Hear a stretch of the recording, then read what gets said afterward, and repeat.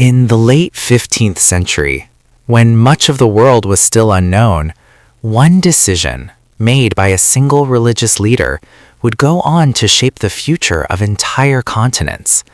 An invisible line drawn across the ocean that supposedly divided the world in two. But did the Pope really split the world? In 1492, Christopher Columbus set sail across the Atlantic and arrived in lands he believed to be Asia. In reality, he had reached a new world, a discovery that would forever change history.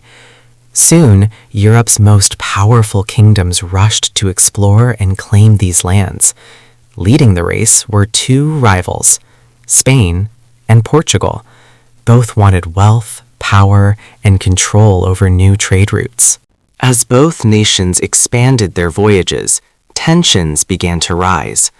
Who owned these newly discovered lands? Who had the right to claim them? The stakes were enormous: gold, spices, and global dominance. To avoid war, both kingdoms turned to the highest authority of their time. That authority was Pope Alexander VI.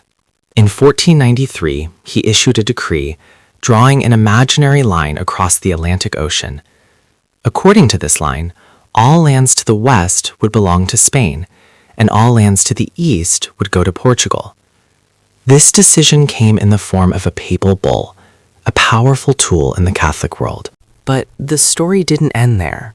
In 1494, Spain and Portugal negotiated their own agreement, moving the lines slightly further west. This agreement became known as the Treaty of Tordesillas. It officially divided newly discovered lands between the two empires. The consequences were enormous. For example, Brazil fell on the Portuguese side of the line, which is why Portuguese is still spoken there today.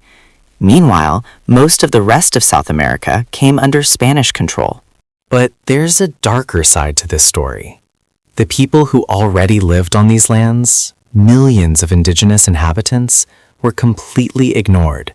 Their voices, their rights, their existence were not considered at all. And not everyone accepted this division. Other European powers like England and France rejected the Pope's authority. They began claiming lands for themselves, ignoring the line entirely. So, did the Pope really divide the world? Not exactly. He attempted to divide newly discovered territories between two powerful nations, but the impact of that decision still echoes through history today.